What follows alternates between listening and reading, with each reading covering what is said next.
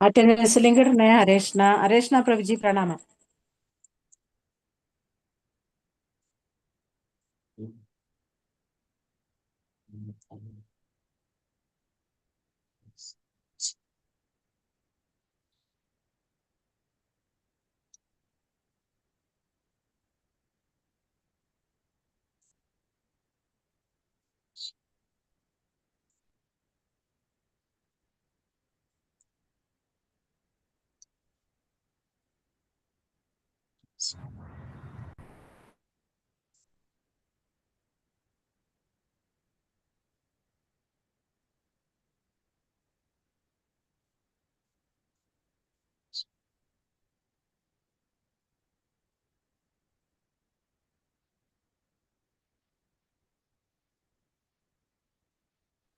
ഹരേഷ്ണ പ്രഭുജി മ്യൂട്ടാണ്.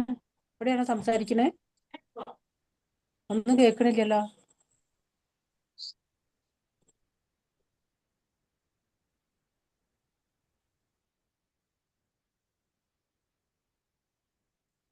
കേൾക്കുന്നുണ്ടോ? ഇപ്പൊ കേൾക്കാം. ഇപ്പൊ ശരിയായി.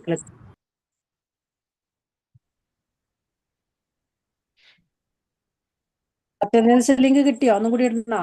ആരും ചെയ്തോ? കിട്ടി മാതാജി. ഹരേ കൃഷ്ണ.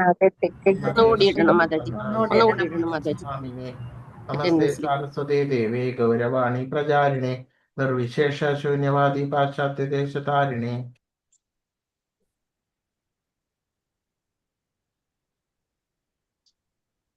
പാഞ്ചാകൽപതരുഭ്യശ്ച കൃപാ സിന്ധുഭ്യ ഏവ ച പതിതാനാം പാവനേഭ്യോ വൈഷ്ണവേഭ്യോ നമോ നമഃ. ഹേ കൃഷ്ണ കരുണാ സിന്ധോ ദീനബന്ധോ ജഗത്പദേ ഗോപേശ ഗോപികാന്ത രാധാകാന്ത നമോസ്തുതേ. തപ്തകാഞ്ചന ഗൗരാംഗീ രാധേ വൃന്ദാവനേശ്വരി വൃഷഭാനുസുതേ ദേവി പ്രണമാമി ഹരിപ്രിയേ. ജയ ശ്രീകൃഷ്ണ ചൈതന്യ പ്രഭു നിത്യാനന്ദ ശ്രീ അദ്വൈത ഗദാധര ശ്രീവാസാദി ഗൗരഭക്തവൃന്ദ. ഹരേ കൃഷ്ണ കൃഷ്ണ കൃഷ്ണ ഹരേ ഹരേ. ഹരേ രാമ രാമ രാമ ഹരേ ഹരേ. ഹരേ കൃഷ്ണ കൃഷ്ണ കൃഷ്ണ ഹരേ ഹരേ. ഹരേ രാമ രാമ രാമ ഹരേ ഹരേ. ഹരേ കൃഷ്ണ കൃഷ്ണ കൃഷ്ണ ഹരേ ഹരേ. ഹരേ രാമ രാമ രാമ ഹരേ ഹരേ. ഹരേ കൃഷ്ണ. എല്ലാവർക്കും എൻ്റെ പ്രണാമം. ഹരേ കൃഷ്ണ.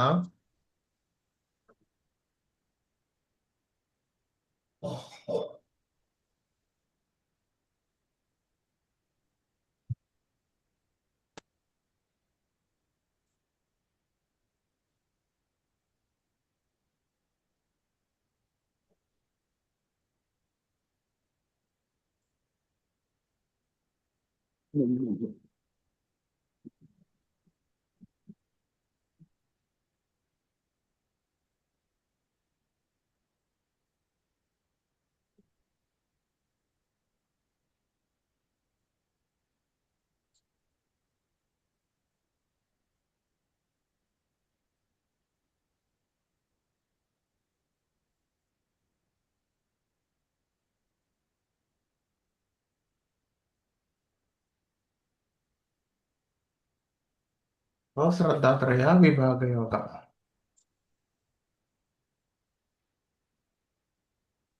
അപ്പൊ പലതരത്തിലുള്ള തപസ്സിനെ കുറിച്ച് പറഞ്ഞു. അപ്പൊ അതിൽ തന്നെ 15ാമത്തെ ശ്ലോകം പറയാണ്. അനിദ്യോഗകരം വാക്യം സത്യം പ്രിയഹിതം ചയത് സ്വാധ്യായ അഭ്യാസനം ചൈവ വാഗ്മയം തപ ഉച്യതേ. സത്യവും പ്രയോജനകരവും കേൾക്കുന്നവർക്ക് ഉദ്യോഗമുണ്ടാക്കാത്തതും ഹിതകരവുമായിട്ടുള്ള സംഭാഷണം, പതിവായിട്ടുള്ള വേദമന്ത്രോച്ചാരണം, ഇതെല്ലാം വാഗ്മയ തപസ്സാണ്. അപ്പൊ നമ്മള് വാഗ്മയ തപസ് 16 മാല ജപിക്കുന്നത് എന്ത് തപസ്സിൽ പെടും? വാഗ്മയ തപസ്സിൽ പെടും. അപ്പൊ അതാണ് ശരിയായിട്ടുള്ള തപസ്. ശരിയാവണ്ണം മനസ്സിനെ കേന്ദ്രീകരിച്ച് ഭഗവാനിൽ നാമത്തിൽ കേന്ദ്രീകരിച്ചിട്ട് ഭഗവാന്റെ രൂപം, ഗുണം, നാമം, ലീല ഇതിനെയെല്ലാം കേന്ദ്രീകരിച്ചിട്ട് നമ്മള് ഭഗവത് നാമം ചെല്ലുമ്പോൾ അത് എന്തായി മാറുന്നു? വാഗ്മയ തപസ്സായിട്ട് മാറുന്നു. സംതൃപ്തി, സൗമ്യത, മൗനം, ആത്മസംയമനം, സ്വഭാവശുദ്ധി എന്നിവ മാനസികമായിട്ടുള്ള തപസ്സിൽ ഉൾപ്പെടുന്നു. അപ്പോൾ സദാ സംതൃപ്തി വേണമെന്നുണ്ടെങ്കിൽ എപ്പോഴും നമ്മൾ ഭഗവാനിൽ തന്നെ സേവിച്ചുകൊണ്ടും മനസ്സ് ഭഗവാനിൽ തന്നെ അർപ്പിച്ചുകൊണ്ടും ഇരിക്കണം. മൗനം ഹിതകരമായിട്ട് മാത്രമേ നമുക്ക് വർത്തമാനം പറയേണ്ട ആവശ്യമുള്ളൂ. അതല്ലാത്ത അതിനെല്ലാം തന്നെ മൗനം പാലിക്കേണ്ടത് ആവശ്യമാണ്. ശരിയായിട്ടുള്ള സ്വഭാവശുദ്ധി, ഇതെല്ലാം തന്നെ വാഗ്മയം മാനസിക തപസ്സിൽ ഉൾപ്പെടുന്നു. അപ്പൊ ഈ മൗനം എന്ന് പറയുന്നത് എപ്പോഴാണ് മൗനത്തിന് പ്രസക്തിയുള്ളത്?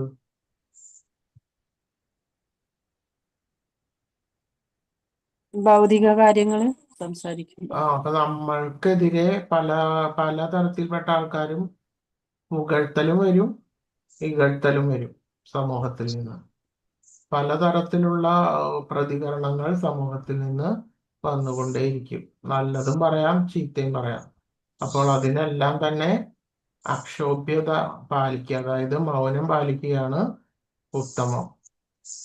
അതുമാതിരി നമ്മൾ വളരെയധികം പ്രതികരിക്കാൻ വെമ്പുന്ന ഒരു സമയത്ത്, നമ്മളെ കുറിച്ച് അനാവശ്യമായിട്ട് പറയുന്ന സമയത്തും നമ്മൾ മൗനം പാലിക്കുകയാണെന്നുണ്ടെങ്കിൽ അനാവശ്യമായിട്ടുള്ള സംസാരം കുറഞ്ഞു കിട്ടും.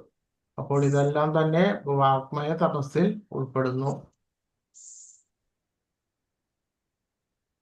ശ്രദ്ധയാ പരയാ തത്വം തപസ്ത്രിവിധം നരൈ അഫലാകാംക്ഷിഭിർയുക്തൈ സാത്വികം പരിചക്ഷതേ.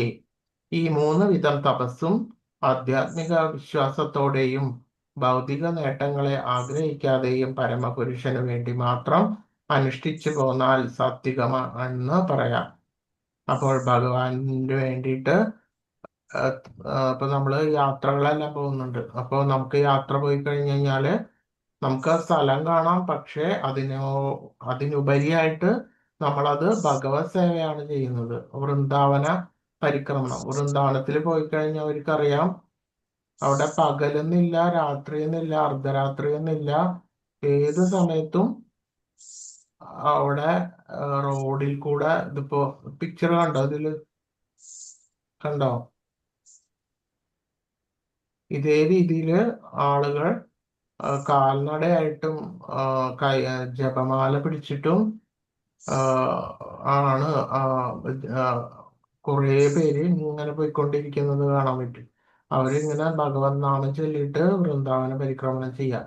അത് രാവിലെ 24 മണിക്കൂറും അങ്ങനെ നമുക്ക് കാണാൻ പറ്റും വൃന്ദാവനത്തിൽ പോയി കഴിഞ്ഞാല്. ഇതേ രീതിയിൽ തന്നെയാണ് വൃന്ദാവനത്തിന്റെ അടുത്ത് തന്നെയായിട്ടുള്ള ആ ഗോവർദ്ധന പരിക്രമണവും നമുക്ക് കാണാൻ പറ്റും. കാൽനടയായിട്ടെല്ലാം പോകുന്നത് കാണാം.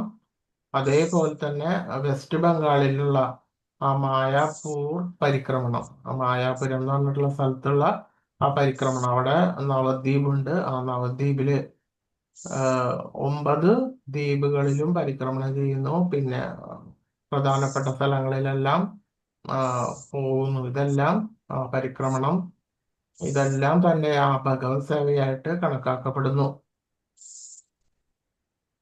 അപ്പൊ ഇതെല്ലാം തന്നെ ആ ഭഗവത് സേവനായിട്ട് ആണ് നമ്മൾ കണക്കാക്കേണ്ടത്. അതല്ലാതെ മറ്റ് ഭൗതിക ആഗ്രഹങ്ങൾക്ക് വേണ്ടിയല്ല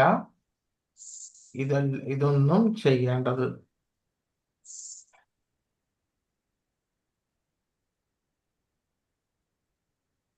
സത്കാരമാന പൂജാർത്ഥം തപോദമ്പേന ചൈവയത് ക്രിയതേ തദിഹ പ്രോക്തം രാജസം ചലമധ്രുവം. ബഹുമതിയും ആരാധനയും നേടാനോ അഹങ്കാരം കൊണ്ടോ ചെയ്യപ്പെടുന്ന തപസ് രാജസാരമാണ്, ക്ഷണികവും അനിശ്ചിതവുമാണ്. അപ്പൊ കഴിഞ്ഞ ക്ലാസ്സിൽ പറഞ്ഞ പോലെ ആളുകള് അവനവന്റെ ഗൃഹത്തിലോ മറ്റ് പ്രധാനപ്പെട്ട കേന്ദ്രങ്ങളിലോ ആളുകളെ വിളിച്ചു വരുത്തിയിട്ട്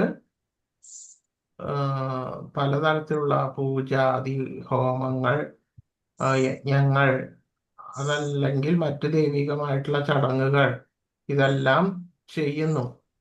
പക്ഷേ ചിലരാകട്ടെ സാത്വിക ബുദ്ധിയോടല്ലാതെ ആളുകളെ വിളിച്ചു വരുത്തിയിട്ട് എന്തിനു വേണ്ടിയിട്ടാണ്? അവനവന്റെ സമ്പത്തും അധികാരവും മാതിരി ജനങ്ങൾക്കുള്ള ആ അവരുടെ സപ്പോർട്ട് ഇതെല്ലാം മറ്റുള്ളവരെ കാണിക്കുവാൻ വേണ്ടിയിട്ട് ആണ് ഇത്തരത്തിലുള്ള ദൈവിക യജ്ഞങ്ങളും പൂജകളും ഹോമങ്ങളും ചെയ്തുകൊണ്ടിരിക്കുന്നത്. അപ്പോൾ അത്തരത്തിലുള്ളതെല്ലാം തന്നെ ഭഗവത് പ്രീതികരത്തിനല്ല, മറിച്ച് ആരുടെ പ്രീതിക്ക് വേണ്ടിയിട്ടാണ് ഇവർ ചെയ്യുന്നത്? അവനവന്റെ എന്താണ്? അവനവന്റെ പ്രീതിക്ക് വേണ്ടി. അവനവന്റെ സുഖത്തിനും അത് കൂടാതെ മറ്റുള്ളവരുടെ ബഹുമാനത്തിന് അർഹരാവാൻ വേണ്ടിയിട്ടും. മനസ്സിലായോ? അതിനു വേണ്ടിയിട്ടാണ് ഇവർ ചെയ്യുന്നത്. പക്ഷേ ശരിയായിട്ടുള്ള രീതി എന്താണ്? ഭഗവത് സേവൻ. ഭഗവാന് വേണ്ടിയിട്ടാണ് ചെയ്യേണ്ടത്. ഭഗവാനാണ് പരമമായിട്ടുള്ള ആസ്വാദകൻ. അതുകൊണ്ട് തന്നെ എല്ലാ തരത്തിലുള്ള കർമ്മങ്ങളും പൂജകളും യജ്ഞങ്ങളും എല്ലാം ഭഗവാന് വേണ്ടിയിട്ടാണ് ചെയ്യേണ്ടത്. അപ്പോ ഈ രണ്ടും കാണുമ്പോൾ ഒരുപോലെ ഉണ്ടായിരിക്കും, പക്ഷെ ആ മനോഭാവം വ്യത്യസ്തമായിരിക്കും. അതുകൊണ്ട് തന്നെ ഒരു സാത്വികൻ നടത്തുന്ന പൂജ ഹോമാദികൾ എല്ലാം തന്നെ ഏതിൽപ്പെടുന്നു? സാത്വിക കർമ്മഫലങ്ങളിൽ പെടുന്നു. മറ്റ് ജനങ്ങളുടെ പ്രീതികരങ്ങൾക്കും അവനവന്റെ സുഖത്തിനും ഭോഗത്തിനും വേണ്ടിയിട്ടുള്ള ആ മനോഭാവം കൊണ്ട് അവർ രാജസിക താമസിക ബുദ്ധിയിൽ അത്തരത്തിലുള്ള കർമ്മഫലത്തിലേക്കും പെടുന്നു. അപ്പോ കാണുമ്പോൾ രണ്ടും ഒരേപോലെയൊക്കെ ആയിരിക്കാം കാണുമ്പോൾ, പക്ഷെ അതിന്റെ ഫലം വ്യത്യസ്തമായിരിക്കും. അതെന്തുകൊണ്ടാണ് വ്യത്യസ്തമായിട്ട് വരുന്നത്? ഓരോരുത്തരുടെയും മനോഭാവം അനുസരിച്ചിട്ടാണ് വ്യത്യസ്തമായിട്ട് വരുന്നത്. ക്ലിയർ ആണോ പറയുന്നത്? Clear ആണ്.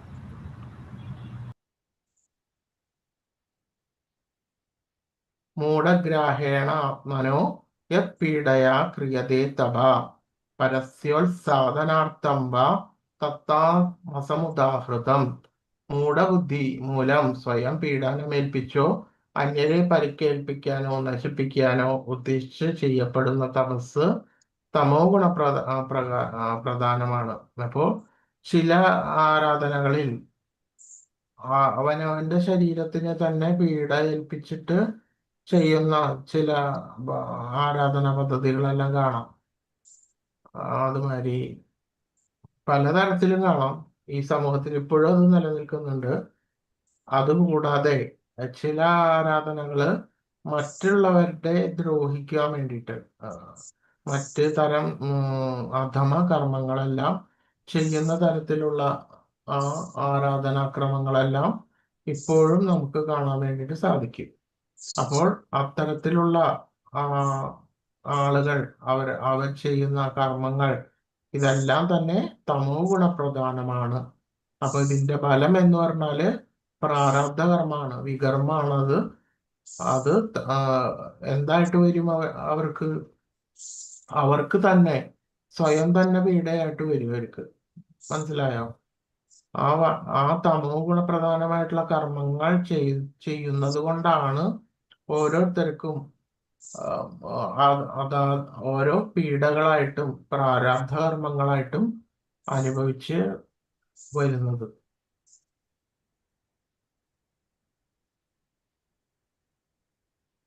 അതേ രീതിയിൽ വ്യത്യസ്ത ഗുണങ്ങളിലെ ദാനം,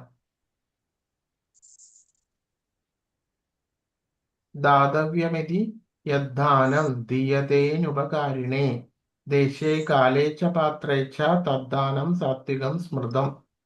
കർത്തവ്യമെന്ന ബോധത്തോടെയും പ്രതിഫലേച്ഛ കൂടാതെയും ഉചിതമായ സ്ഥലത്ത് വെച്ച് വേണ്ടുന്ന കാലത്ത് അർഹിക്കുന്ന വ്യക്തിക്ക് ചെയ്യപ്പെടുന്ന ദാനം സാത്വികമാണ്. അപ്പോൾ ശരിയായിട്ടുള്ള ദേശം, കാലം, പാത്രം ഈ മൂന്നും വളരെ കൃത്യമായിട്ട് നോക്കിയിട്ട് വേണം ഒരു വ്യക്തിക്ക് ദാനം ചെയ്യാൻ. ഇത് ഏതെങ്കിലും ഒന്ന് ശരിയല്ല, അനർഹമാണെങ്കിൽ അതിന്റെ ഫലം എന്തായിരിക്കും? വികർമ്മം. അതിന്റെ ഫലം ശരിയാകണമെന്നില്ല. അതായത് സാത്വികമാവണമെന്ന് ഇല്ല. അതായത് ശരിയായിട്ടും ഉള്ള ഒരു വ്യക്തിക്ക് അപ്പോ ദേശം ശരിയായിട്ടുള്ള ഒരു ദേശത്ത് വെച്ചിട്ട് ശരിയായിട്ടുള്ള ഒരു പാത്രം, അതായത് അർഹിക്കുന്ന ഒരു വ്യക്തിക്ക് മാത്രമേ നമ്മൾ ദാനം ചെയ്യാൻ പാടുകയുള്ളൂ. അനർഹരായിട്ടുള്ള ഒരു വ്യക്തിക്ക് ദാനം ചെയ്യാൻ വേണ്ടിയിട്ട് പാടില്ല. അതേപോലെ തന്നെ കാലം, അത് ഏതേത് സമയത്താണോ ഏത് അർഹിക്കുന്ന ഒരു സമയത്ത് മാത്രമേ ദാനം ചെയ്യാനും പാടുകയുള്ളൂ. അപ്പോൾ ഈ രീതിയിലുള്ള ദാനം സാത്വികമാണ്. അതുകൊണ്ട് തന്നെ ഇത്തരത്തിലുള്ള ദാനം, ഈ ദേശകാല പാത്രങ്ങളെല്ലാം അനുസരിച്ചുള്ള ദാനത്തിന്റെ ഫലം എന്ന് പറയുന്നത് സാത്വികമായിട്ടുള്ള സുഖങ്ങളും ഭോഗങ്ങളും ആണ് ഒരാൾക്ക് ലഭിക്കുന്നത്. മറിച്ച് ആയി കഴിഞ്ഞാല് അത് അവനവന് തന്നെ അത് പ്രാരാബ്ധകരമായിട്ട് മാറും.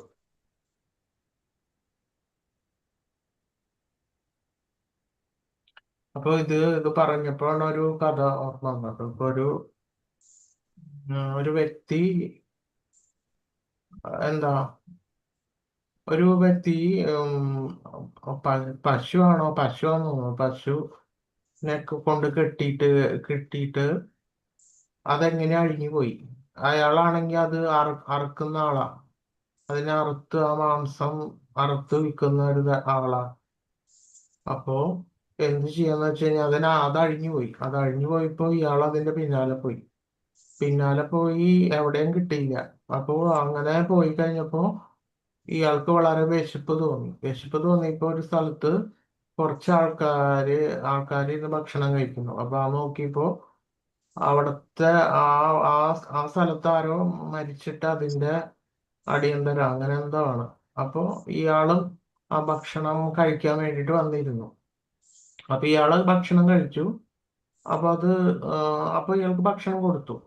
കൊടുത്തു കഴിഞ്ഞ് ഇയാള് വിശപ്പും ദാഹമൊക്കെ മാറ്റി കുറച്ച് ദൂരം കൂടി സഞ്ചരിച്ചപ്പോ ആ പശുവിനെ കിട്ടി.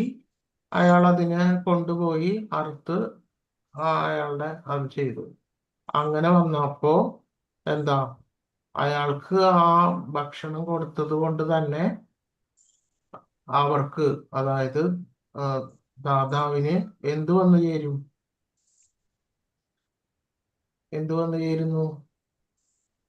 പ്രാരബ്ധ കർമ്മം വന്നു ചേരുന്നു.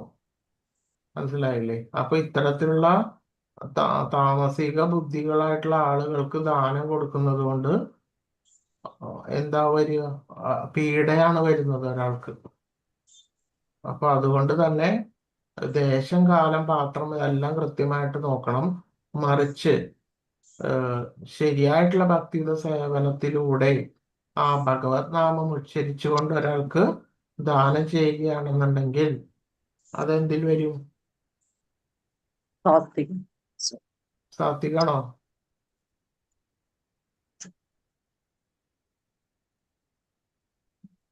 വിശുദ്ധ സത്വഗുണത്തിലാണ് അത് വരിക. അപ്പൊ അതിൽ വരുമ്പോ എന്തുണ്ടാവില്ല?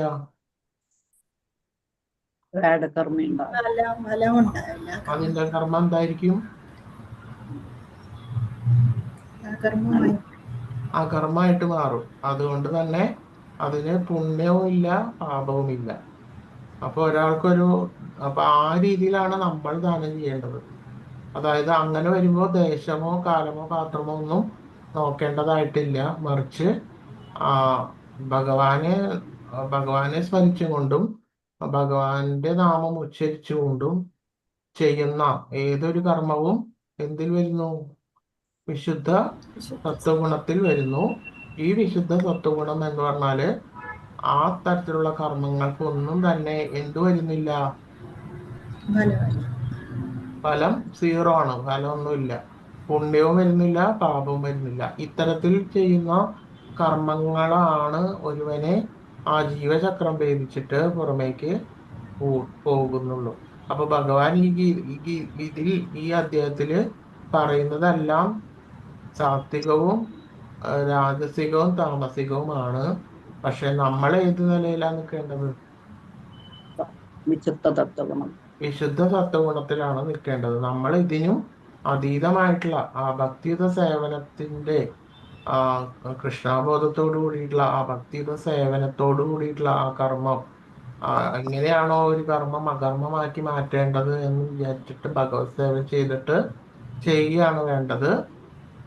ഈ ഭഗവാൻ ഇതെല്ലാം പറയുന്നതെല്ലാം ഈ ത്രിഗുണങ്ങൾ പ്രകാരമുള്ള മനുഷ്യന്റെ അവസ്ഥയെ കുറിച്ചിട്ടാണ് ഇതെല്ലാം പറയുന്നത്.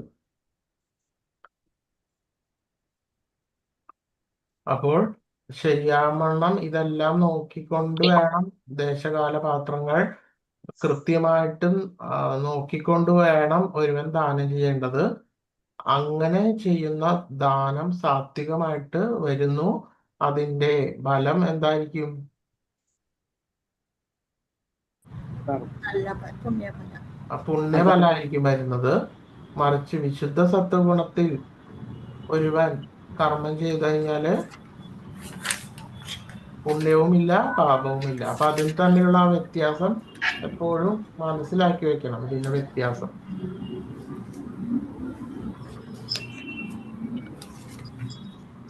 സത്വഗുണത്തിന്റെ ദാനം. അപ്പൊ ആ ദാനം അതിനെ കുറിച്ചിട്ടാണ് ഇപ്പൊ പറഞ്ഞത്. ശരിയായ രീതിയിൽ ദേശകാല പാത്രങ്ങൾ അനുസരിച്ച് സത്വഗുണ ദാനം ചെയ്യുക. കർത്തവ്യബോധത്തോടു കൂടിയിട്ട് ഉചിതമായിട്ടുള്ള സ്ഥലത്ത് വെച്ച് അർഹിക്കുന്ന വ്യക്തിക്ക് കർത്തവ്യബോധത്തോടെയും പ്രതിഫല കൂടാതെയും ചെയ്യുന്ന ആ ദാനം സത്വഗുണത്തിലെ ദാനം എന്ന് പറയുന്നു. അടുത്തത് രജോ ഗുണത്തിലെ ദാനമാണ്. യത്തു പ്രത്യുപകാരാർത്ഥം ഫലമുദ്ദിശ്യ വാപുന ദീയതേച്ച പരിക്ലിഷ്ടം തദ്ദാനം രാജസംസ്കൃതം. ഏതെങ്കിലും ഫലം ഉദ്ദേശിച്ചുകൊണ്ടോ പ്രത്യുപകാരം പ്രതീക്ഷിച്ചോ പൂർണ്ണസമ്മതമില്ലാതെയോ നൽകപ്പെടുന്ന ദാനം രാജസമാണ്. അപ്പോൾ അവനവന്റെ ബഹുമാനത്തെ, അത് സ്വന്തം അഭിമാനവും ബഹുമാനവും ഇതെല്ലാം വർദ്ധിപ്പിക്കുന്നതിന് മറ്റുള്ളവർക്ക് ഇടയിൽ ഒരാൾക്ക് സ്വീകാര്യത നേടുവാൻ വേണ്ടിയിട്ട് ഒരാൾ പലതും കാട്ടിക്കൂട്ടുന്നത് കാണാം ഈ സമൂഹത്തില്. അപ്പൊ അതില് പെട്ട ഒന്നാണ് എന്ത്? ദാനം. അങ്ങനെയുള്ള ദാനം രാജസീയ ദാനം എന്ന് പറയുന്നു. അപ്പോ അതാണ് ഇപ്പൊ ഇതില് പിക്ചറിൽ കാണുന്നത്. കണ്ടില്ലേ പിക്ചറിൽ? ഇതാണ്. കണ്ടോ? ഇതിനെന്ത് മനസ്സിലാക്കാം? സെൽഫി സെൽഫി എടുക്കുകയാണ്. അതായത് ഒരു ബാഗ് നിറച്ച് വെജിറ്റബിൾസ് ഒരു ഇല്ലാത്ത ആൾക്ക് കൊടുക്കുകയാണ്. ആ കൊടുക്കുന്ന സമയത്ത് സെൽഫി എടുത്തിട്ട് ഇങ്ങനെ എല്ലാവർക്കും വിടുകയാണ് ഇങ്ങനെ. അപ്പൊ അത് ജനങ്ങൾക്കിടയിൽ ഇയാൾക്ക് സ്വീകാര്യത വർദ്ധിക്കുവാൻ വേണ്ടിയിട്ടാണ് ചെയ്യുന്നത്. അതല്ലാതെ വേറെ ഒരു മനോഭാവം ഇയാൾക്കില്ല. അല്ലാതെ ഇയാള് ഒരു കരുണയോ മറ്റ് സത്വഗുണ പ്രധാനമായിട്ടുള്ള ഒരു തരത്തിലുള്ള മനോവികാരങ്ങളും ഇയാൾക്കില്ല. മറിച്ച് പൊതുജനങ്ങൾക്കിടയിൽ ഇയാൾക്കൊരു സ്വീകാര്യത കിട്ടണം എന്നതുകൊണ്ട് മാത്രമാണ് ഇത്തരത്തിലുള്ള ഒരു ദാനം. അപ്പോൾ ആ മനോഭാവത്തിന്റെ വ്യത്യാസം അനുസരിച്ച് അതിന്റെ ഫലവും വ്യത്യാസമായിരിക്കും. അത് രാജസീയ ദാനം എന്ന് പറയുന്നു. രാജസദാനം.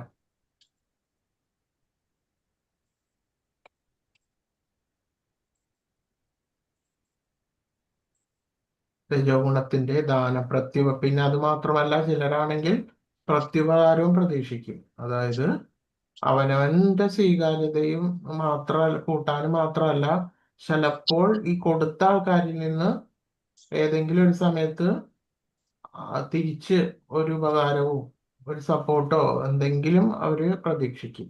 അപ്പൊ അതും ഒരു രജോ ഗുണത്തിന്റെ ദാനമാണ്. അതുമാതിരി ഫലം ഉദ്ദേശിച്ചുകൊണ്ടും പൂർണ്ണ സമ്മതം. ചിലപ്പോ ആണെങ്കിൽ അവർക്ക് വേണ്ടായിരിക്കും, അവർക്ക് താല്പര്യം ഉണ്ടാവില്ല വാങ്ങുന്ന ആൾക്ക്. എങ്കിലും അവര് പൂർണ്ണ അത് മാത്രമല്ല, ചിലപ്പോ ഇയാൾക്കും വലിയ താല്പര്യം ഉണ്ടാവില്ല കൊടുക്കണം. അത്രയും കാശ് പോയല്ലോ എന്നൊക്കെ വിചാരിച്ചിട്ടായിരിക്കും ഈ ദാനം കൊടുക്കുന്നത്. അപ്പൊ പൂർണ്ണ പരസ്പരം സമ്മതത്തോടു കൂടിയിട്ടായിരിക്കണം ദാനം ചെയ്യേണ്ടത്. അപ്പോ ഇതൊന്നും പാലിക്കാതെ പ്രത്യുപകാരം പ്രതീക്ഷിച്ചോ ഫലം ഉദ്ദേശിച്ചുകൊണ്ടോ പൂർണ്ണ സമ്മതമില്ലാതെയോ ഇതെല്ലാം രജോ ഗുണത്തിന്റെ ദാനം എന്ന് പറയുന്നു. അദേശകാലേ യദ്ദാന അപാത്രേഭ്യശ്ച ദീയതേ അസകൃതമജ്ഞാതം തത്താമസമുദാഹൃതം. ഉചിതമായ കാലത്തും അവിശുദ്ധമായിട്ടുള്ള സ്ഥലത്തും അനർഹരായവർക്ക് നൽകപ്പെടുന്ന ദാനം ആദരം കൂടാതെയോ അവജ്ഞയോടെയോ നൽകപ്പെടുന്നതും താമസം എന്ന് പറയുന്നു. അപ്പൊ ചിലരായിട്ട് നമ്മൾ കാണാറുണ്ട്, നാണയമൊക്കെ എറിഞ്ഞു കൊടുക്കുന്നത് കാണാറുണ്ട്. നാണയം ഒരാൾക്ക് അവിടെ എവിടെയെങ്കിലും ഒരു പക്ഷേ ആൾക്ക് എറിഞ്ഞിങ്ങനെ കൊടുക്കുന്നതായിട്ട് കാണാം. അപ്പൊ അത് എന്താണ്? താമസിക ദാനാണത്. ദേശം, കാലം, പാത്രം ഇതൊന്നും ശരിയായിട്ടില്ല. അനർഹരായിട്ടുള്ള ആളുകൾക്ക് ഉചിതമായിട്ടുള്ള സ്ഥലത്തോ ഇതോ യാതൊരു തരത്തിലുള്ള സമയക്രമങ്ങളോ പാത്രം യോഗ്യരായിട്ടുള്ള ആളുകൾ ഇതൊന്നും പാലിക്കാതെ ചെയ്യപ്പെടുന്ന ആദരം അവജ്ഞയോട് കൂടിയിട്ട് പുച്ഛത്തോടു കൂടിയിട്ട് കൊടുക്കുന്ന ആ ദാനം, അതിനെ താമസിക ദാനം എന്ന് പറയുന്നു. ചില സമയത്ത് നമ്മൾ ട്രെയിനിലൊക്കെ പോയി കഴിഞ്ഞാല് ഇങ്ങനെ ആ ട്രെയിനിൽ ഇങ്ങനെ ഭിക്ഷക്കാരിങ്ങനെ വന്നുകൊണ്ട് ഇങ്ങനെ ഓരോരുത്തരുടെ അടുത്ത് ഇങ്ങനെ നിൽക്കുന്നതാണ്. അപ്പൊ ശല്യം ഇതെങ്ങനെയെങ്കിലും ഒന്ന് ഒഴിഞ്ഞു പോയിക്കോട്ടെ എന്ന് വെച്ചിട്ട് 2 രൂപയോ 5 രൂപയൊക്കെ ആയിട്ട് കൊടുത്തിട്ട് അവരെ ഒഴിച്ചു വിടുന്നത് കാണാൻ വേണ്ടിയിട്ട് പറ്റും പാസഞ്ചേഴ്സ്. അപ്പൊ അത് അത്തരത്തിലുള്ള ദാനം എന്ന് പറയുന്നത് താമസിക ദാനമായിട്ട് പറയുന്നു.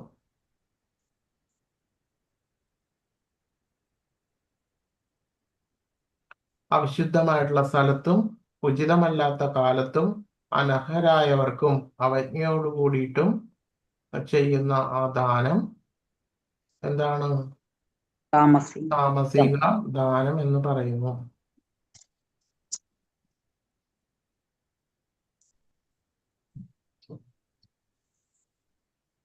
സൃഷ്ടിയുടെ ആരംഭം മുതൽക്കേ പരമമായിട്ടുള്ള ആ നിരപേക്ഷ തത്വത്തെ സൂചിപ്പിക്കുവാൻ വേണ്ടി 3 വാക്കുകളാണ് ഉള്ളത്. ഓം തത് സത്, ഓം തത് സത് എന്നിവ. പ്രതീകാത്മകളായിട്ടുള്ള ഈ വാക്കുകൾ വേദോച്ചാരണത്തിലും യജ്ഞാനുഷ്ഠാനത്തിലും ബ്രാഹ്മണൻ പരമപുരുഷന്റെ തൃപ്തിക്ക് വേണ്ടിയിട്ട് ഉരുവിട്ട് പോകുന്നു. അപ്പോൾ ഓം എന്ന് പറയുന്നത് ഭഗവാന്റെ തന്നെ എന്താ സൂചിപ്പിക്കുന്ന ആ ശബ്ദമാണ് ഓം എന്ന് പറയുന്നത്. അപ്പോൾ എല്ലാ തരത്തിലുള്ള ദേവന്മാരുടെയും ഉപദേവന്മാരുടെയും ഡെമിഗോഡ്സ് ഇവരുടെ എല്ലാം യജനത്തിനു വേണ്ടി, അതായത് അവരുടെയൊക്കെ മന്ത്രങ്ങൾക്ക് മുന്നിലും എന്തുണ്ട്? ഓം എന്ന് പറഞ്ഞിട്ടാണ് ഓരോ മന്ത്രങ്ങളും തുടങ്ങുന്നത്. അപ്പോ ഓരോ ദേവന്മാരുടെയും മന്ത്രങ്ങൾക്ക് മുൻപും ഓം ഉണ്ട്. ആ ഓം എന്ന് പറയുന്നത് പരമ ദിവ്യോത്തമ പുരുഷനായിട്ടുള്ള ആ ഭഗവാനെ സൂചിപ്പിക്കുന്നതിന് വേണ്ടിയിട്ടാണ് ഓം എന്ന് പറയുന്നത്. അത് ഭഗവാൻ വ്യക്തമായിട്ട് പറഞ്ഞു തരുന്നതാണ് ഈ ഗീതയിലൂടെ. ഓം എന്ന് പറഞ്ഞാൽ എന്താണ്? ഓം തത് സത്. ഈ ഓം തത് സത് ഇതെല്ലാം ആ പരമദിവ്യോത്തമ പുരുഷോത്തമൻ ആയിട്ടുള്ള ആ ഭഗവാനെ കുറിക്കുന്നതാണ് ഇതെല്ലാം. അപ്പൊ ഇതെല്ലാം യജ്ഞാനുഷ്ഠാനങ്ങളിലും വേദോച്ചാരണങ്ങളിലും എല്ലാം ഉരുവിടുന്നത് കാണാൻ വേണ്ടിയിട്ട് സാധിക്കും. അതീന്ദ്രിയമായ ശബ്ദമായിട്ടുള്ള ഓങ്കാരം, ആ ഉ എന്ന ഈ 3 അക്ഷരങ്ങൾ, ആ ഉ ഓം, അത് 3ഉം കൂടി യോജിക്കുമ്പോഴാണ് ഓം എന്ന് പറയുന്നത്. എന്നീ 3 അക്ഷരങ്ങളുടെ സംയോജനമാണെങ്കിലും ഓങ്കാരം ഉച്ചരിക്കുന്നവർ ഓങ്കാരവും വിഷ്ണു ഭഗവാനും തമ്മിൽ വ്യത്യസ്തമല്ലെന്ന് തിരിച്ചറിയുമെന്ന് ചൈതന്യ ചരിതാമൃതത്തിലെ ആദി ലീലയില് പറയുന്നു.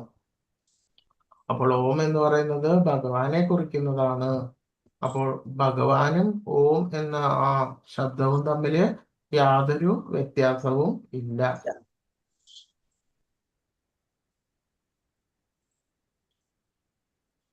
അതുകൊണ്ട് വൈദിക നിയന്ത്രണം അനുസരിച്ച് യജ്ഞദാന തപസ്സുകൾ അനുഷ്ഠിക്കുന്ന അതീന്ദ്രിയവാദികൾ പരമപുരുഷനെ പ്രാപിക്കുന്നതിനായി എപ്പോഴും ഓം എന്ന വാക്കോട് കൂടിയാണ് എല്ലാം ആരംഭിക്കുന്നത്. പക്ഷേ ഇപ്പൊ നിങ്ങൾക്ക് ചിലപ്പോൾ സംശയം തോന്നാം, ആ ഹരേ കൃഷ്ണ മഹാമന്ത്രത്തിന്റെ മുമ്പ് ഓം ഉണ്ടോ? ഉണ്ടോ? ഇല്ല. എന്തുകൊണ്ടാണത്?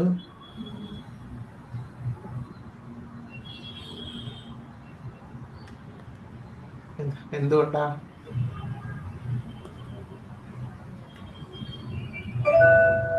ഹരേ കൃഷ്ണ മന്ത്രം ഭഗവാൻ സ്വയമാണ്. ഹരേ കൃഷ്ണ ഭഗവാൻ മഹാമന്ത്രം എന്ന് പറഞ്ഞാല് ഭഗവാന്റെ തന്നെ നാമ, പരമദിവ്യോത്തമ പുരുഷനായിട്ടുള്ള ഭഗവാന്റെ 16 നാമങ്ങൾ തന്നെയാണ് അത്.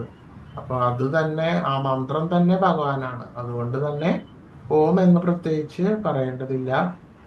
മറിച്ച് മറ്റു മന്ത്രങ്ങൾക്ക് ആണെങ്കിൽ അത് പലതരത്തിലുള്ള ഡെമിഗോഡ്സ്, മറ്റ് ദേവതകളുടെ യജന മന്ത്രങ്ങളാണ്, ഉപാസനാ മന്ത്രങ്ങളാണ്. അതുകൊണ്ട് തന്നെ അതിന് മുന്നോടിയായിട്ട് ഓം എന്ന് വയ്ക്കുന്നു. അതായത് എല്ലാ തരത്തിലുള്ള അനുഗ്രഹ നിഗ്രഹ ശേഷികളും അതാത് ദേവന്മാർക്ക് കിട്ടുന്നത് ആരിൽ കൂടെയാണ്? ഓം. ആരിൽ കൂടെയാണ് കിട്ടുന്നത്? ഭഗവാൻ ഭഗവാൻ ശ്രീകൃഷ്ണനിലൂടെ.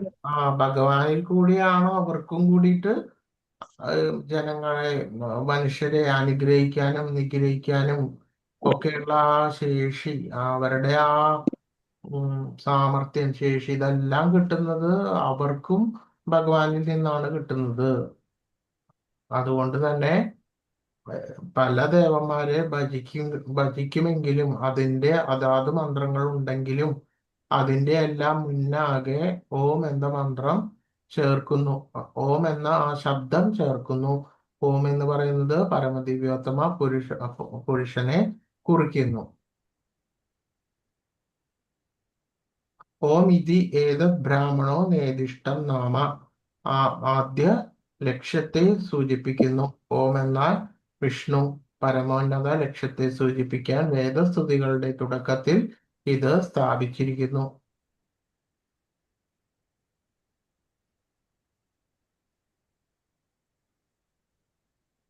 ഫലോദ്ദേശം കൂടാതെ തത് ഉച്ചരിച്ചുകൊണ്ട് വേണം ഒരാൾ പലതരത്തിലുള്ള യജ്ഞങ്ങളും ദാനങ്ങളും തപസ്സും ഒക്കെ ചെയ്യേണ്ടത്. ഭൗതിക ബന്ധങ്ങളിൽ നിന്നുള്ള മുക്തിയാണ് അങ്ങനെയുള്ള അതീന്ദ്രിയ പ്രവർത്തനങ്ങളുടെ ഉദ്ദേശം.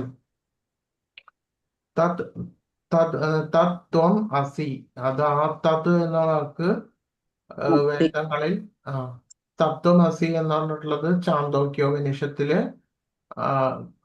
ആറാമത്തെ ലെസണില് കാണാം. എട്ടാമത്തെ ഖണ്ഡം, അതില് 7ാമത്തെ ശ്ലോകം, 7ാം ശ്ലോകം അല്ല, മന്ത്രാണത്, 7ാമത്തെ മന്ത്രമായിട്ട് വരുന്നു. അപ്പൊ ആ തത്വമസി എന്ന് പറയുന്നതില് തത് എന്ന് പറയുന്നതിന്റെ അർത്ഥം എന്താണ്? സംസ്കൃത അർത്ഥം അത് എന്നാണ്. തത്, അത്. അപ്പൊ നമ്മളിപ്പോ ശബരിമലയിൽ പോയി കഴിഞ്ഞാല് അവിടെ എഴുതി വെച്ചിട്ടുണ്ടായ ആ ഫ്രണ്ടില് തന്നെ എന്താ തത്വമസി എന്നാണ് എഴുതി വെച്ചിരിക്കുന്നത്. അപ്പൊ അതിന്റെ അർത്ഥം തത്, അത് എന്ന് പറയുന്നത് ആ പരമ ദിവ്യോത്തമ പുരുഷനായിട്ടുള്ള ആ ഭഗവാനെ കുറിക്കുന്നു. ത്വം എന്ന് പറഞ്ഞാല് എന്താ?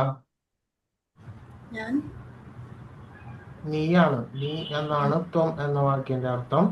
അസി എന്ന് പറഞ്ഞാല് ആകുന്നു. അപ്പൊ അത് നീ ആകുന്നു എന്നാണ് പറയുന്നത്. അതായത് ശരിയായിട്ടുള്ള അത് നീയാകുന്നു എന്നതിന്റെ അർത്ഥം ഭഗവാനും നാമും ഒന്നാണ്. പക്ഷെ എങ്ങനെ ഒന്നാണ്? ഒന്നാണ്? ഗുണരൂപത്തിൽ ഒന്നാണ്. അതാണ് ഇപ്പൊ ഇതിൽ ഉദ്ദേശിക്കുന്നത്. ഭഗവാനും നമ്മളും ഒന്നാണ്, ഗുണരൂപത്തിൽ ഒന്നാണ്. ആ ഭഗവാന്റെ നിത്യമായിട്ടുള്ള അംശമാണ് നമ്മളെല്ലാവരും, ശാശ്വതമാണ്. ഇതെല്ലാ ഗുണങ്ങളും ഉണ്ടെങ്കിലും ഭഗവാൻ അവ്യയനാണ്, ഗുണരൂപത്തിൽ ഒന്നാണ് എന്ന് മാത്രം. അതാണ് തത് ത്വം അസി എന്ന് ഉദ്ദേശിക്കുന്നത്. അതില് തത് എന്ന് പറയുന്നത് ഭഗവാനെ തന്നെ കുറിക്കുന്നു. അതിനുശേഷം മോക്ഷത്തിന് വേണ്ടിയിട്ടുള്ള വിരക്തി തത് തത് എന്ന് വിവരിക്കുന്നു. ഭൗതിക ഫലങ്ങളെ അവഗണിച്ചാണ് ഈ പ്രവർത്തനങ്ങൾ ചെയ്യുന്നത്. അതായത് ശരിയായിട്ടുള്ള ത്യാഗത്തിലൂടെ മാത്രമേ ഒരാൾക്ക് ഭൗതിക ഫലങ്ങളെ ഇതെല്ലാം അവഗണിച്ച് കൊണ്ട് മാത്രമേ ഒരാൾക്ക് ഭഗവാനിലേക്ക് എത്തുവാൻ സാധിക്കുകയുള്ളൂ.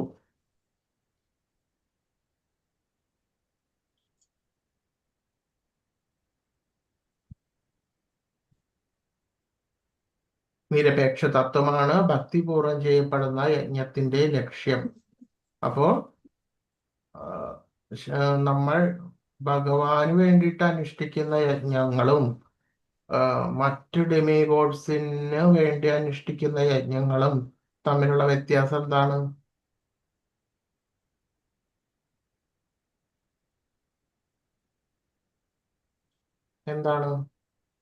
എന്താണ് നിങ്ങളുടെ അഭിപ്രായം? മറ്റു ദേവതകൾക്കുള്ള യജ്ഞം ഫലം ആഗ്രഹിച്ച് ചെയ്യുന്നതാണ്. ചെയ്യുന്നു. ശരി. ഭഗവാന് വേണ്ടിയിട്ടുള്ള യജ്ഞം എങ്ങനെയാണ്? ഇതിന് വേണ്ടിയിട്ടാ? ഭഗവാനെ കിട്ടാൻ വേണ്ടി, അല്ലെങ്കിൽ അതെ. ഭഗവാന്റെ ധാമത്തിലേക്ക് ഭഗവാനെ സേവിക്കുന്നതിന് വേണ്ടിയിട്ട് ആണ് ഭഗവാനെ സേവിക്കുന്നതിന് വേണ്ടിയിട്ടാണ് നമ്മൾ ചെയ്യുന്നത്. അപ്പൊ അതില് യാതൊരു തരത്തിലുള്ള ഫലകാംക്ഷകളും ആവശ്യമില്ല. അത് നോക്കേണ്ട കാര്യമില്ല. അപ്പൊ അതാണ് ഡെമിഗോഡ്സ്, അതായത് ഗണപതി, സുബ്രഹ്മണ്യൻ, ശിവൻ, ദേവി ഇവരുടെയൊക്കെ ക്ഷേത്രത്തിൽ പോണത് എന്തിനു വേണ്ടിയിട്ടാണ്? കാര്യങ്ങൾ.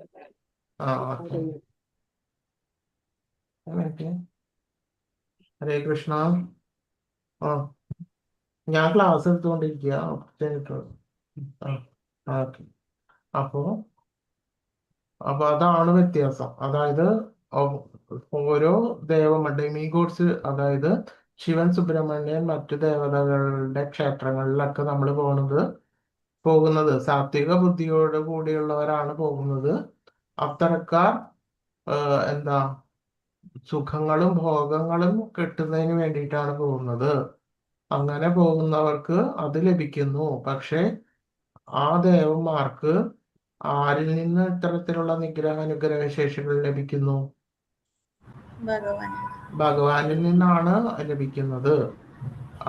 അതെല്ലാം നമ്മൾ മനസ്സിലാക്കിയിരിക്കണം. എന്താണ്, ഏതിൽ നിന്നാണ് വ്യത്യാസം എന്നെല്ലാം നമ്മൾ കൃത്യമായിട്ട് മനസ്സിലാക്കിയിരിക്കണം.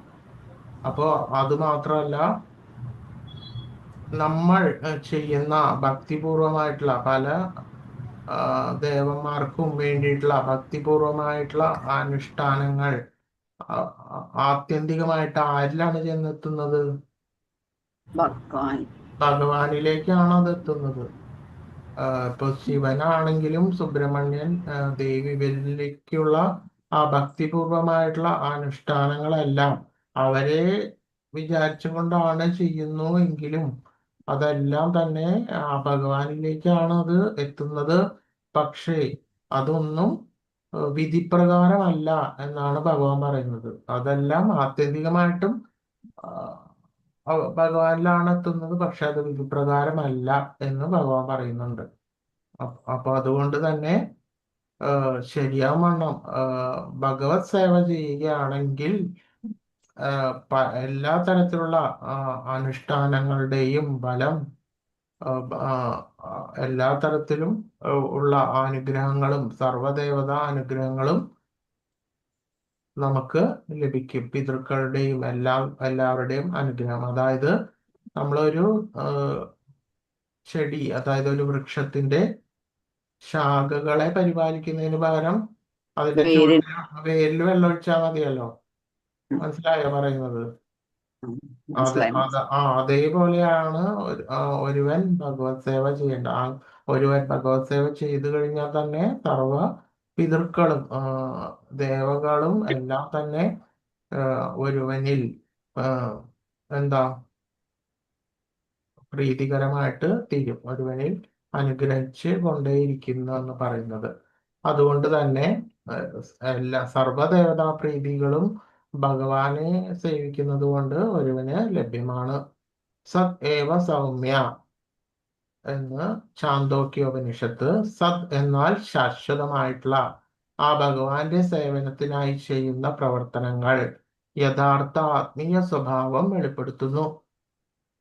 അത്തരം പ്രവർത്തനത്തിൽ പ്രവർത്തിച്ച വ്യക്തി ശാശ്വതമാവുന്നു. പ്രവർത്തനങ്ങൾ ശാശ്വതമായി ലക്ഷ്യമിടുന്നു. പ്രവർത്തനങ്ങളുടെ പ്രയോജനങ്ങളും ശാശ്വതമാണ്. സത് എന്ന ശാശ്വതമായിട്ടുള്ള, അതായത് ഭഗവാന്റെ സേവനം ചെയ്യുന്ന അത്തരത്തിലുള്ള പ്രവർത്തനങ്ങൾ എല്ലാം തന്നെ അതീന്ദ്രിയമാണ്. ഭഗവത് സേവനം എന്ന് പറഞ്ഞാല് അതീന്ദ്രിയമാണ്. അത് ഈ 3 ഗുണങ്ങളിലും പെടുന്നതല്ല. അത് വിശുദ്ധ സത്വഗുണത്തിൽ നിൽക്കുന്നു. ഇതെല്ലാം യഥാർത്ഥമായിട്ടുള്ള ഒരു ആത്മീയ സ്വഭാവം വെളിപ്പെടുത്തുന്നു. അത്തരം പ്രവർത്തനങ്ങൾ എല്ലാം തന്നെ ശാശ്വതമാണ്. അതിന്റെ പിന്നിലുള്ള ചോദന, അതായത് ആ മാനസിക നിലവാരവും അതീന്ദ്രിയവും ശാശ്വതവുമാണ്. അതിന്റെ വാഗ്മയം, അതായത് അതിന്റെ ശേഷം പ്രവർത്തികളും അതും ശാശ്വതമാണ്. അപ്പോൾ ഇതെല്ലാം അതിന്റെ പ്രയോജനങ്ങളും ശാശ്വതമാണ്. അപ്പൊ അതുകൊണ്ട് തന്നെ അതീന്ദ്രിയ ഭഗവത് സേവനത്തിന്റെ പ്രാധാന്യമാണ് ഇപ്പൊ ഇതില് ചാന്തോക്യോപനിഷത്തില് ഇതിൽ പറയുന്നത്. അപ്പോ ആ ഭഗവത് സേവനത്തിന്റെ ചിന്തയും മനോനിലയും അതിന്റെ പ്രവർത്തനങ്ങളും എല്ലാം തന്നെ ശാശ്വതം ആണ്, അതീന്ദ്രിയം ആണ്.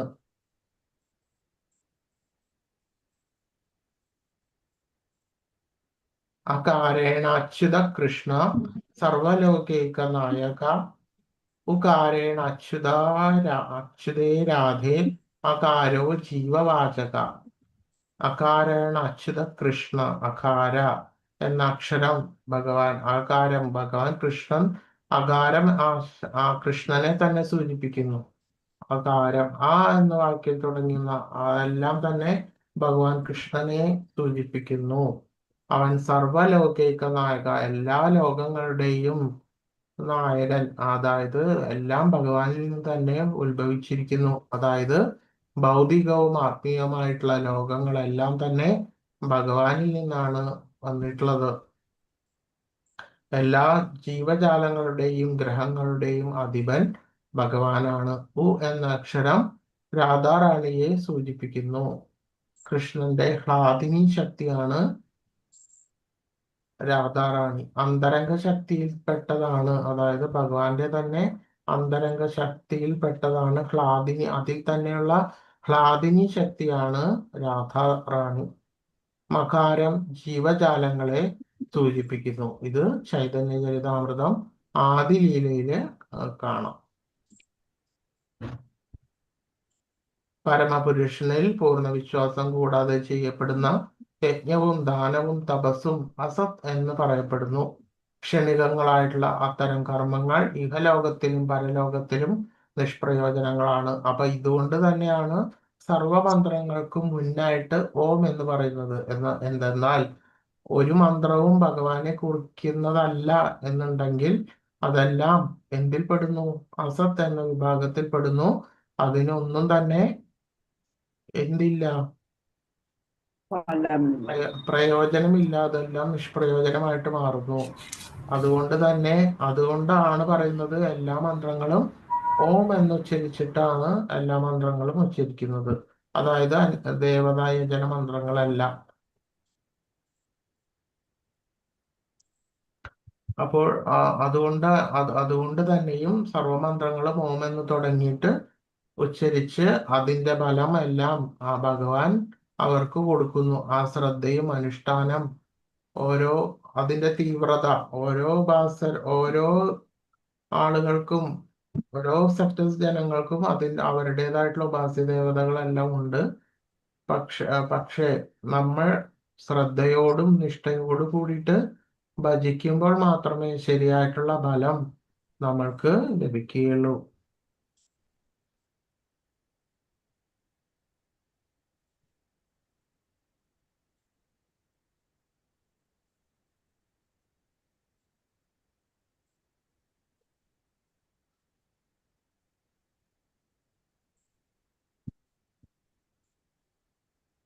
അപ്പോൾ തന്നെ മനസ്സിലായിട്ടുണ്ട് എങ്ങനെയാണ് ഒരാളുടെ അതായത് ഒരു വിഭാഗം ജനങ്ങളുടെ ജീവിത രീതി നിലവാരം ഒക്കെ ഈ അധ്യായത്തിൽ കൂടെ മനസ്സിലാക്കാൻ സാധിക്കില്ലേ? പറയൂ.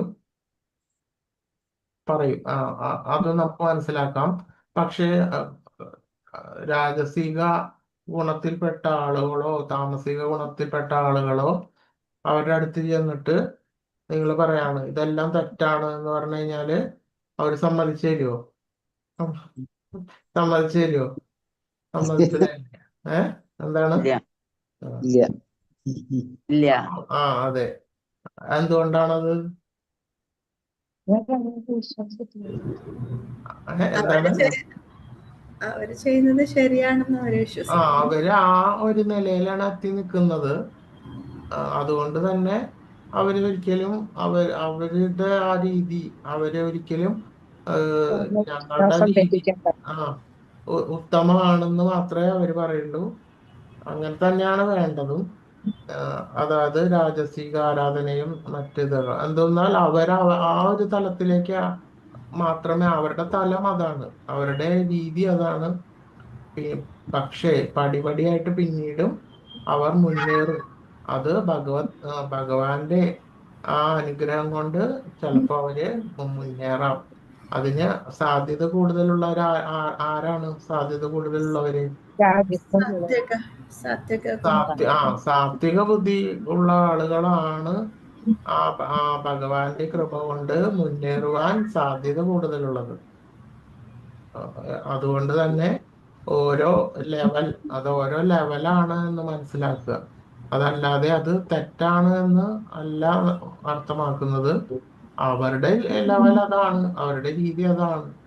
ഇപ്പൊ നമ്മൾ ഒരു മൃഗങ്ങളുടെ ഒരു ചെയ്തി കാണുമ്പോൾ ചിലപ്പോ നമുക്ക് അറപ്പ് വരുന്നുണ്ടോ? ഇല്ലേ? ഒരു പന്നിയുടെ ജീവിത രീതി കാണുമ്പോൾ ഒരു മനുഷ്യന് അറപ്പ് വരുന്നുണ്ട്. അതേപോലെ തന്നെ ഒരു മനുഷ്യന്റെ ജീവിത രീതി കാണുമ്പോൾ ആർക്ക് അത് വരുന്നുണ്ട്? അതിനു മുൻപ് അതായത് നമ്മളെക്കാൾ ഉത്കൃഷ്ടരായിട്ടുള്ള തലത്തിലുള്ള ആളുകൾക്ക് എന്താ ഒരു ഇത് വരുന്നുണ്ട്. അതാണ്. അപ്പൊ അത് ഓരോ ലെവലാണെന്ന് മനസ്സിലാക്കാം. അപ്പൊ ശരിയായിട്ടുള്ള ഭഗവത് സേവനം എന്ന് പറഞ്ഞാല് ഇതിലൊന്നും പെട്ടതല്ല. ഇതെല്ലാം അതീന്ദ്രിയമാണ്.